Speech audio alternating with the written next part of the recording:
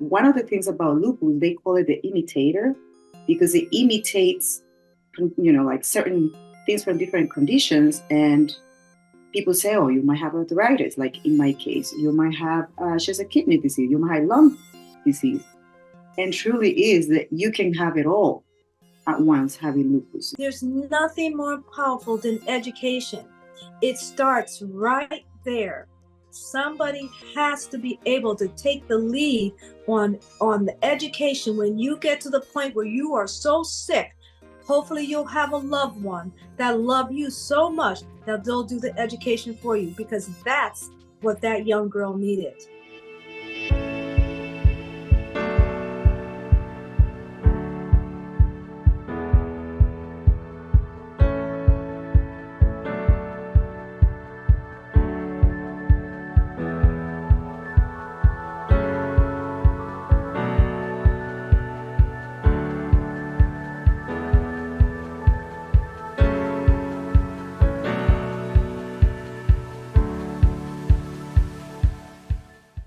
We are diving deep into the world of lupus and autoimmune diseases with our incredible panelists, the dynamic duo of medical expertise, Dr. Roni and Dr. Romunda. These women are like the Batman and Robin of the medical world for us. They're swooping in to save the day with their knowledge and charm and just inspiring words. You're going to feel amazing when you finish listening to what they have to say each and every week on Mondays at 8 p.m. Eastern Time on Real Talk. Hang on, there's more, because joining us today is none other than Lucy Salinas. She is a true lupus warrior who's here to share her inspiring journey and shed some light on what it's really like to live with this condition.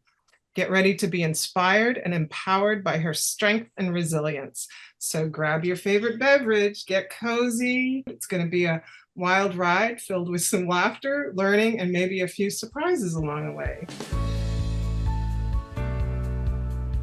Lupus is very tricky because you can have lupus and you can manifest lupus as even you have it, you can manifest it later on in life. So I feel that I had it for a while and I didn't even know that I had it. So when I was diagnosed, it was at the age of 17. It started with a very strange fever. But I was dealing with a lot of health issues when I was a kid. So it was kind of normal, but it continues for over 2 weeks. And then it wasn't a regular fever because I wasn't able to move out of the bed for 2 weeks. And then my family started getting worried. And then they started I have a lot of family doctors in my family. So that's how it started. They started doing all kinds of tests. First, they thought that I have arthritis. And they started medicating me with, still corticoids and antibiotics and all kinds of stuff.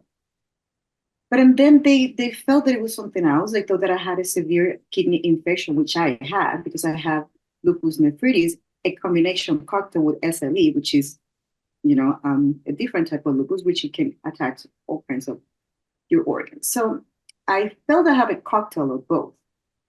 But at the beginning, they didn't know. So they were giving me all kind of trial, like medications and stuff. But that's how I knew that something was really wrong with my body. I just didn't know what it was. It took probably like 6 months for they actually give me a proper diagnosis. In some cases, it can actually for years because it has to be a conjunction of a team of specialists for them to give you a proper diagnosis. Because one of the things about lupus, they call it the imitator because it imitates, like certain things from different conditions. And people say, oh, you might have arthritis. Like in my case, you might have just a kidney disease, you might have lung disease. And truly is that you can have it all at once having lupus. Unfortunately, that is one of the horrible things about lupus because it's just destructive in your immune system. And it's pretty much like I always call it. Lupus is, imagine this beautiful castle, which is our body. And then our army is so confused. So it doesn't know, like the good soldiers and the bad soldiers start fighting with each other. And then we had no more protection. They come to the castle and destroy every precious thing that we have inside. That's exactly what happened with lupus. So in my case, it started with my kidneys, but it didn't stop there. When I was diagnosed, I probably had like 6 months that I was already sick with lupus. And then a horrible tragedy in my family happened was my brother passed away in a car accident, and I was a witness of this car accident. Recently, the guy that I was crazy in love with, he left me because he said he didn't want to be with a sick woman and he didn't want to have kids with this sick woman. So I was completely heartbroken for that. Then after I saw the scene of my brother pretty much in pieces, my body couldn't take it. It was the drastically shock of witness something so horrible, and my body was already, I was taking probably 7 different kinds of medication because I was retaining a lot of fluids because of the cortisone. Then they were giving me diuretics so I can release all of the liquid that my body was retaining. So I was in a shock. Physically, I was in a shock, but it was the actual emotional shock that I went through that shortly after, I think it was a week after my brother passed away, that I went into a coma, my first coma. It was 3. I woke up 3 days later and I literally lost my mind. I didn't know nothing. I didn't know nothing for 6 months. Now I remember. I remember that I woke up and I remember that I was being treated like a 2-year-old, like a toddler. I didn't know how to eat. I didn't know how to walk. I didn't know they have to bath me. I was 17. They had to bath me. They had to feed me. I was locked in a room or in the house. They had to watch me all the time. They had to put me to sleep with a lot of medication, and I had my uncle coming and singing every night. I didn't recognize my mother. I didn't know nothing about myself. I completely lost my mind. That was for 6 months. And then my sister was there. She also, another thing that happened is just right before I was diagnosed with lupus, my sister had moved out to the States. So when I was really sick, she came to take care of me. And then after that, I was just, for those 6 months, it was just horrible because imagine the first, I think once they left me for like 5 minutes by myself, and I was so unconscious that I went into the washroom, and there was just kind of like a shelf. I went on top of the shelf and I threw myself on the shelf, and I broke my ankle. So that's when they find out, like they couldn't leave my side at all. And I know everybody can tell me whatever you want, but I know lupus very close. I know death.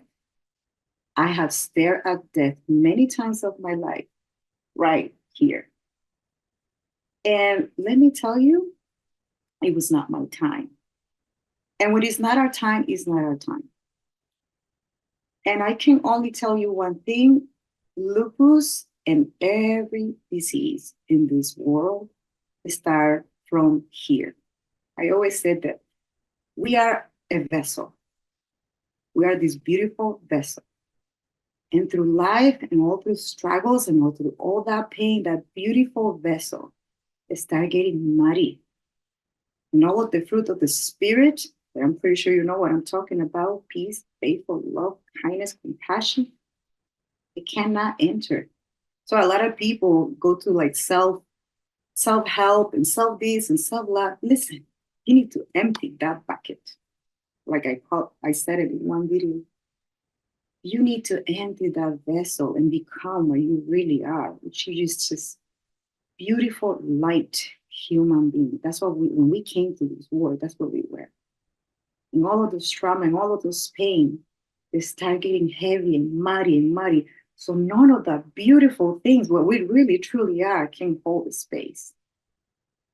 So going forward, going back to the lupus, my family decided I need to leave my home country, Nicaragua, because they believe that in Miami, I'll have a little bit more opportunities for me to get um, better care. I am truly grateful for the doctors. I actually ended up having an amazing team of doctors who actually sent an email the other day. It's like 23 years ago. And I sent her an email. She's saying hi. I'm like, I heard that you still, and he's in charge of the Miami Jackson Hospital nephrology department for so many years. And I just had to say that when I came there, I remember I was telling my sister, listen, from the hospital to the apartment, I don't want you to take me to no grocery store. I don't want to see anybody. Don't take me to church. Don't take me to, I don't want to see none of your sisters from church or your brother. I don't want nothing. I was just in the most difficult time of my life, I could say. I came to Miami. I didn't speak the language. I miss my mom. I miss my friend. I miss everything. I hated. I had nightmares every day. Every single day that I felt that I was already out there, I was back home. So, anyways, and then I went into another coma. And the doctor didn't know what to do with me. So they put me in a new chemotherapy back then. And that was another hell. The second time, I remember the second month, I told my sister, listen, I'm done. I'm ready to, I want to die. I beg you, let me die. This way of living, and I said, like, if you be in my body, you understand what I'm saying. I don't want to leave. Let me please die. She convinced me somehow. So I ended up the 6-month therapy. I lost my hair. It was horrible. It was completely horrible. But after the 6 month, it did work. It did work. It helped me because both of my kidneys had a severe infection. And then after the 6 months, I was taking like 36 pills a day. But I was actually, I can say crazy enough that I started feeling happier. Why? And I tell you something very important that I really need to say. This is very important. We are not isolated human beings. We did not came to this world to thinking that we all going to do everything for ourselves. No. I remember I was completely, it was like double my whole body for all the medication. And I didn't want to see absolutely anybody. I was done with everything and with life. And my sister started saying, there's somebody that wanted to meet you. And these people were just so kind and so loving that my heart started taking over barriers. And I said, okay, a little by little, a little by little. Next thing you know, from now wanting to go not even to the grocery store or even the pharmacy to get my medication, nothing, I ended up getting enrolled. I ended up having a beautiful friends that were coming from church until I decided, okay, I'm going to go. And then I ended up singing in the choir in front of hundreds and hundreds of people. Why? Because the community. When I feel like I was a monster and I hated myself, these people received me with so much love, with so much compassion that I didn't care about my look anymore. I didn't care how I look. I didn't care if I wasn't the most presentable girl, I would say. I was just telling my sister, trying to find me some clothes that cover my ankles because my ankles were so inflamed, they look like frogs.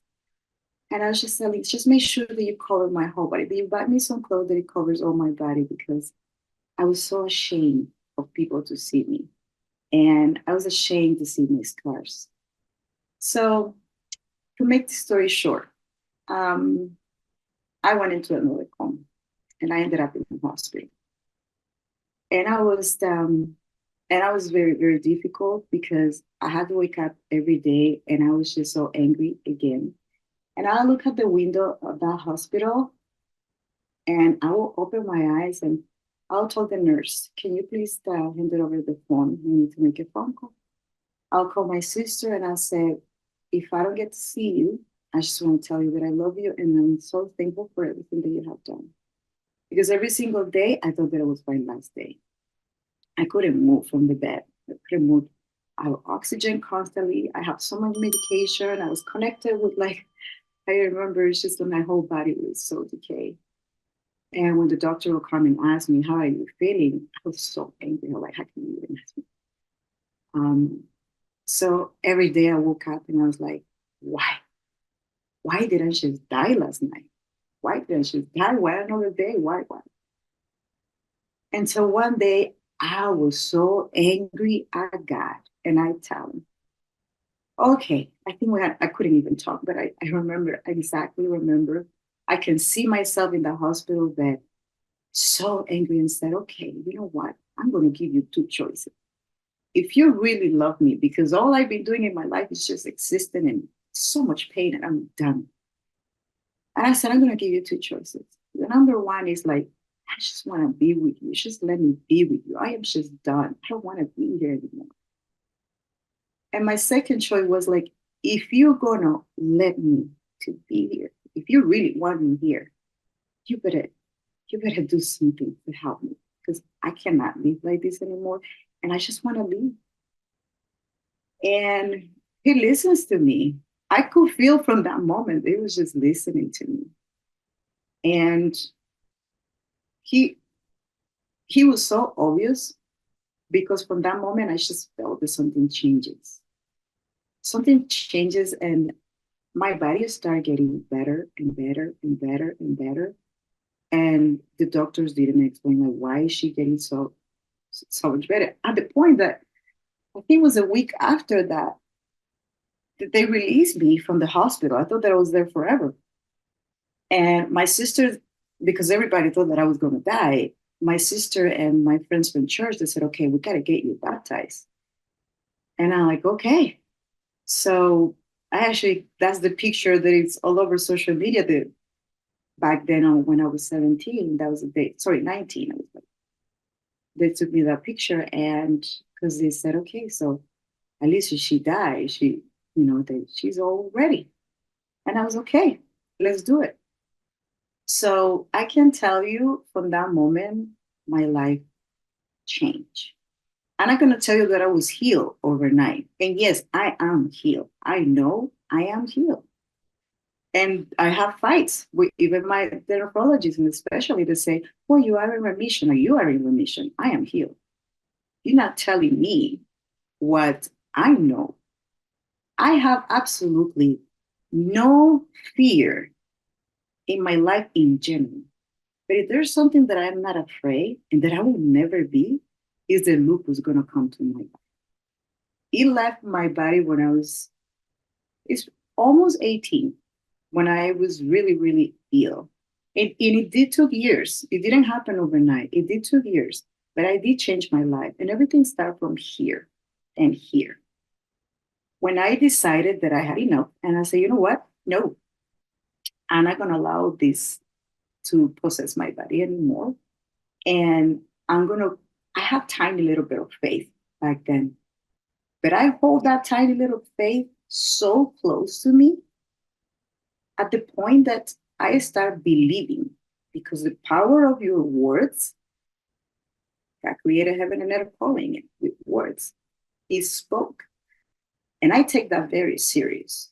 You're never going to hear me speaking negatively. And I don't care how much I annoy people. I'm going to annoy you until the day that I die. Because I know the power in every word I speak. I speak life. I speak light. I speak love. I speak peace. I speak happiness. And there's no one going to tell me that I am in remission. I am not in no remission. But the doctors call remission, I call it I am healed. And there's no fear. In any single cell of my body, there's no fear of absolutely anything. Because I am not doing it alone. I am partnership with the Alpha and the Omega, the beginning and the end, the creator of the heaven, the earth, and everything in between. How am I supposed to be afraid? I am a woman who the doctors said, I remember when I was pregnant with my son. Oh, by the way, they assured me that I'll never be a mother. And I remember coming to the hospital, and this doctor she could not help it. I was walking to my appointment, and here she go. I think she was She was my neurologist. I think she was my neurologist. And she came and she looked at me so shocked. And I'm like, oh my God, you are alive. And wait a minute, and you are pregnant. I'm like, yes, I am. And yes, I am, man. And I'm telling you, a lot of people that were with me in that city, like with my friends from Miami, they still shocked that I'm alive and that I am who I am now. And I'm not telling you that that was the end of my problem, because there's thousands and millions of things that happen from then now. But the woman that I am now, I can assure you, if I have to go back and go back to my life and take all of that pain and take all of everything that I went through, I'll do it again. There's nothing that I would change, because if I became the woman that I am right now, I cannot take that from me. I love, generally and deeply love the woman that I become, the woman that I am now. And if I had to go through all that hell to be who I am now, I'll do it again. I'll do it again. Maybe I'll do it better now. I'll be more trustful. My faith would be bigger than when it was. But I can assure you that my faith is huge. And I always tell my friend, listen, if you need faith, let me know. I'll pray for you. I'll pray with you. I have tons. I can lend you some. Let's do it. And that is my message. Because I know that this was about lupus, and I have almost not talked about lupus, but I just can't help it. I just can't help it, because more than lupus is like, what can you become from an autoimmune disease, from a cancer, from an HIV, the most terminal sickness? If you're in a hospital bed right now, listen, your time is not done. If you're still breathing right there, your time is not over. It's not the doctor who will tell you what is going to happen with your life, because the doctor told me everything the opposite of what I am right now. It's not him. The main physician right there is called Abba Father. He is the one in charge, no one else. And Dr. Roni will agree with me, the power of the words. And I just feel so much. Sometimes I just like think, and I pray for all the doctors, for them to be conscious about the power of their words when they come and give a diagnosis to somebody. How much they are actually, their words are changing these people's mind, physically, emotionally, and spiritually. The responsibility in those patients is not about the diagnosis. It's about the diagnosis physically and emotionally. What is the soul is going to be? How much you're going to take that as serious?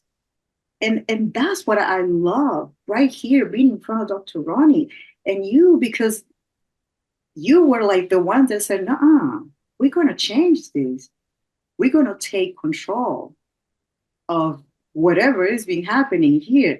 We're going to make it real for those patients. People that care, people that generally care from the bottom of their heart and want the best intention, regardless, despite making any profit from it.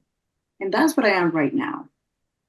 Everything that it works and everything that I have to, that work for me, I change my life. I'm telling you, I'm a psycho.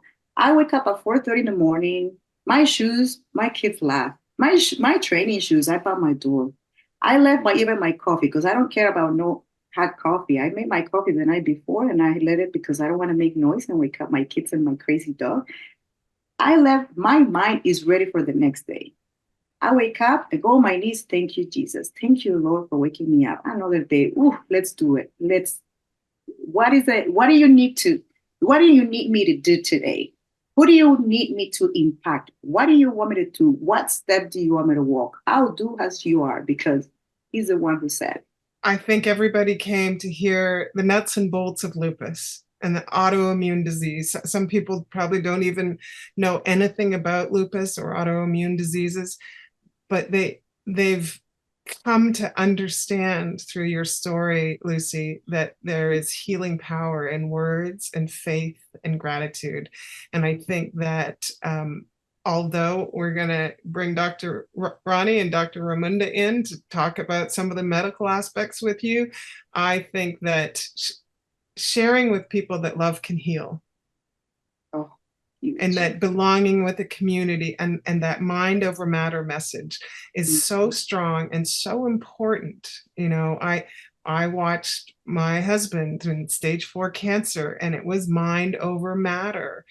I heard him laughing in the chemo ward. He would never let me go in, but he was in there joking around. He must have saved a whole lot of lives, because there was just nothing but laughter coming from there, where you would think that you would hear screaming and tears and, you know, woe is me. But he didn't let that happen.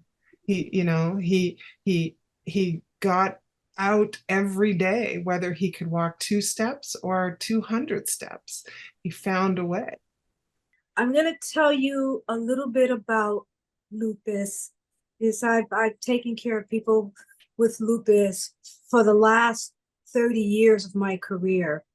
Lupus is autoimmune, and unfortunately, it hits you really hard when you're young. And the best way for me to explain it is a whole body disease. It will affect your organs. And some people get their heart, some people it gets their kidneys, some people it gets their adrenals, their pancreas. You don't really know what organ is going to be tough on, but we need our organs. So you will eventually die because of an organ failure. Now, the youngest person that I had with lupus was 20.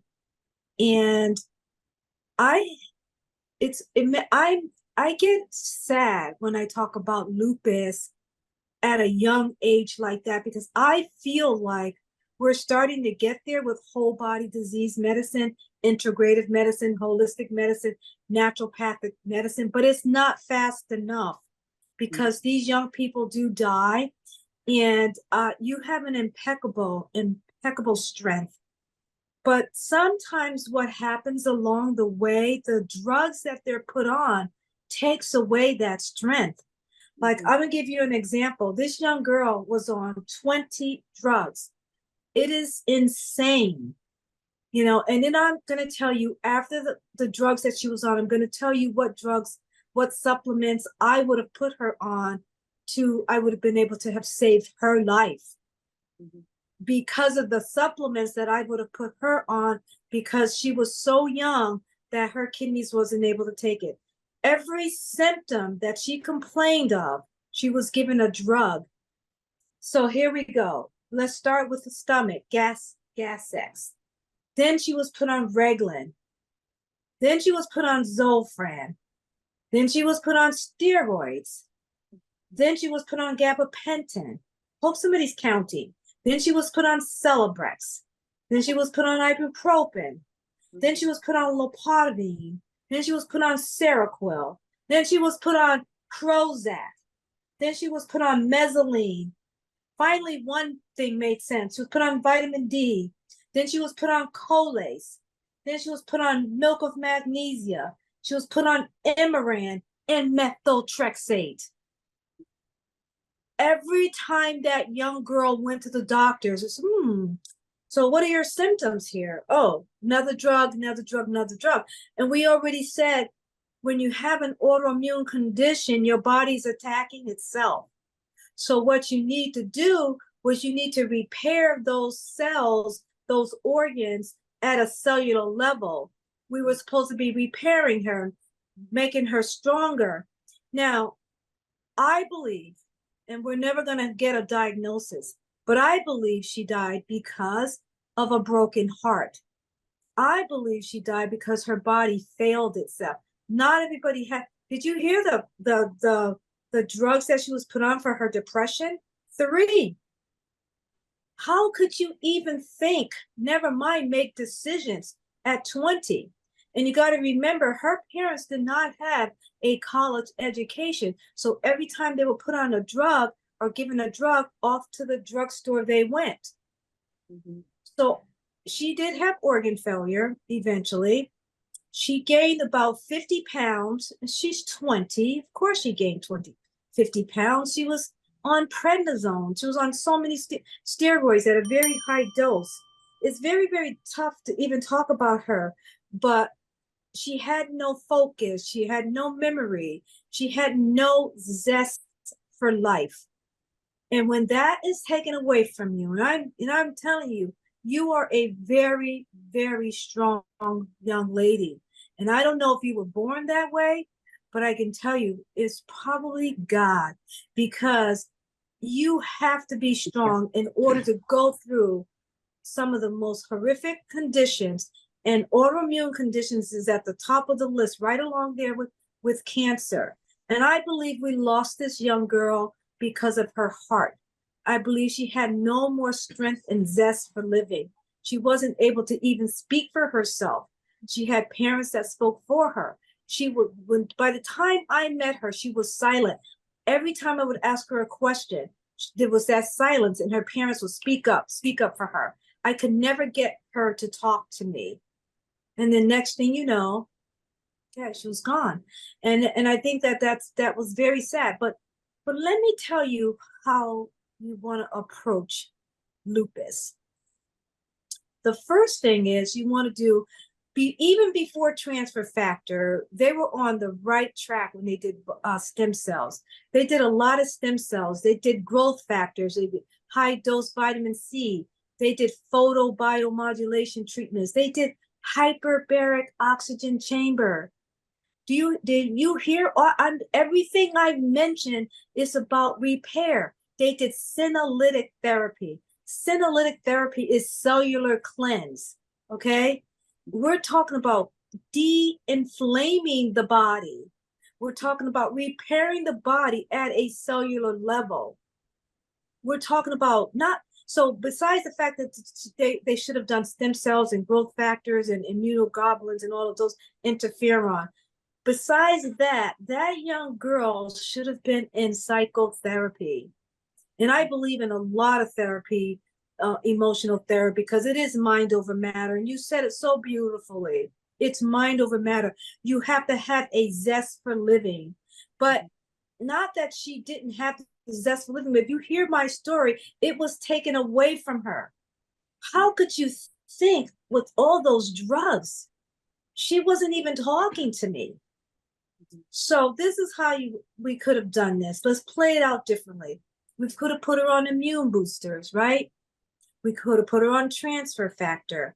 We could have put her on some of the most powerful minerals that helps your body to be inflamed, like vitamin D, zinc, and magnesium to start. And what about omega-3? That de-inflames your body. Okay, what about alkalizing her instead of acidifying her? Put her on like green juice. What about things like putting the probiotic in her gut? What was she on? Did you hear me say Reglan? What else? The Gastrix. Okay, Colace. What about some good old probiotics?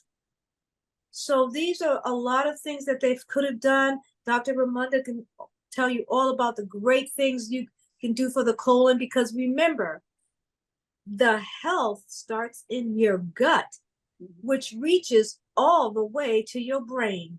And so if you go all the way back to when I started listening all of these drugs, I was listing them very quickly and very fast. But I don't know if you heard me say methotrexate. Do you know what methotrexate is? It's a cancer drug.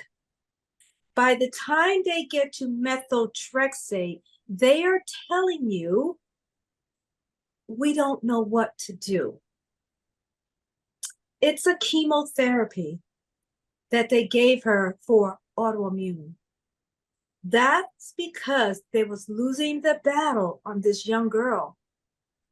There is nothing more powerful in the world than to clean up your cellular level, feed your cellular level some of the most powerful nutrients to be able to repair your organs.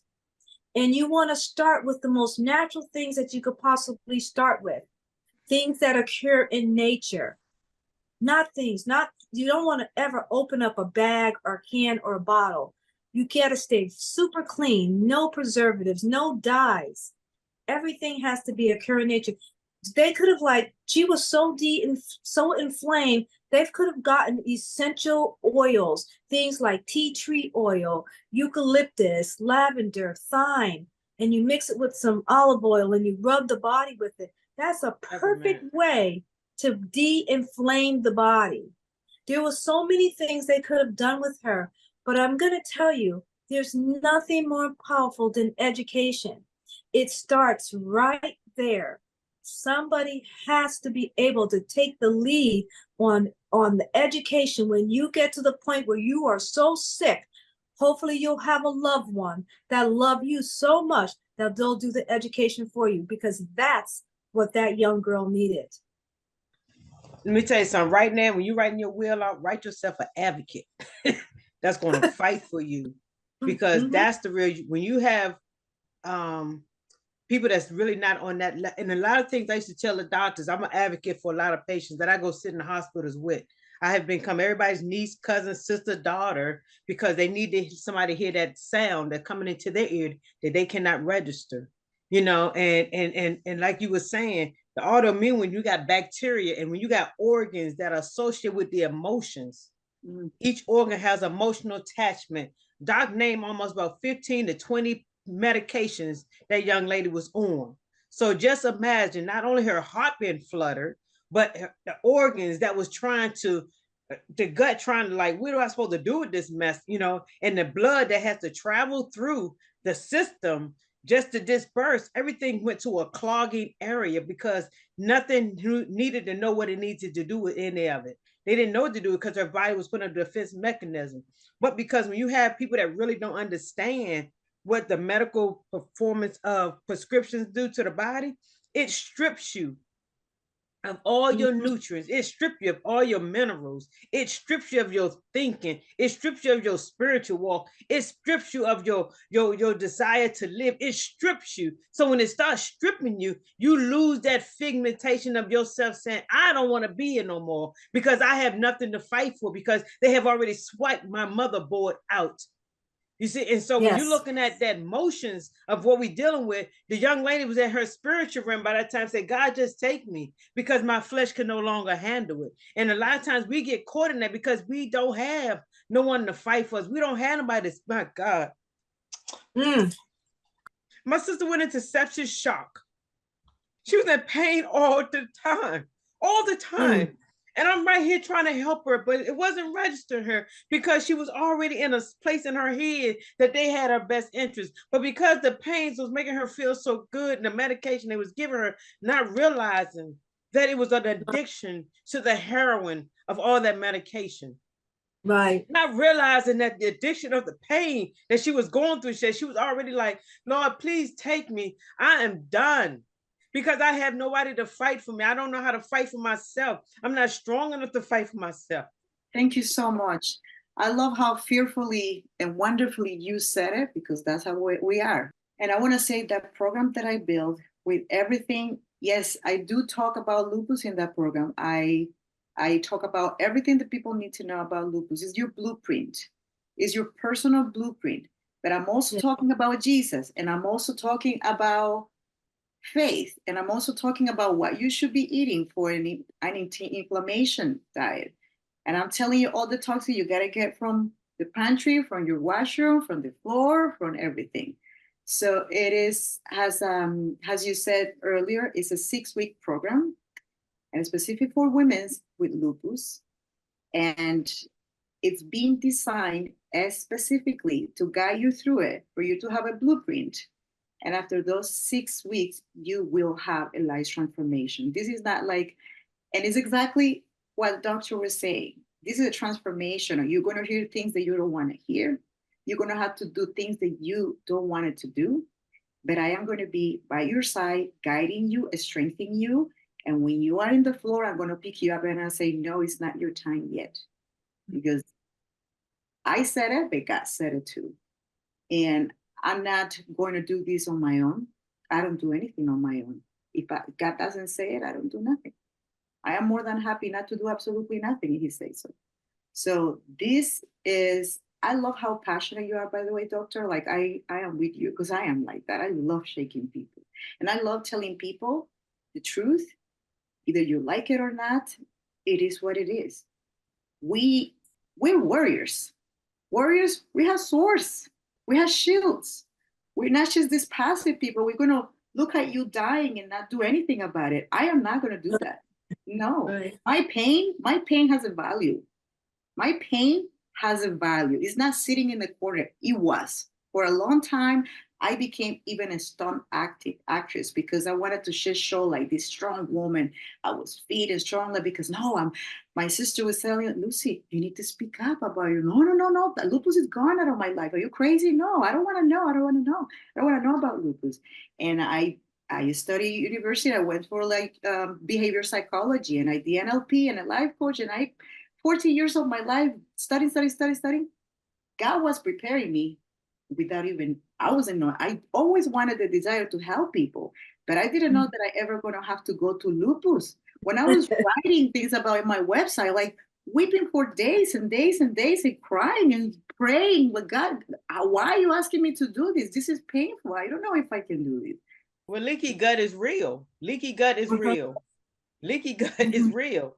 So, exactly. And that's the main thing, leaky gut. When your gut is leaking, this poison is going into the rest of the organs of your body. So it finds that weakest organ. If you look at what lupus is attached to, it's an organ, it's the weakest organ. And then the overload of so much medication again, when the organs start fighting towards each other, it's because they don't know which way to go. It's like a battlefield in there.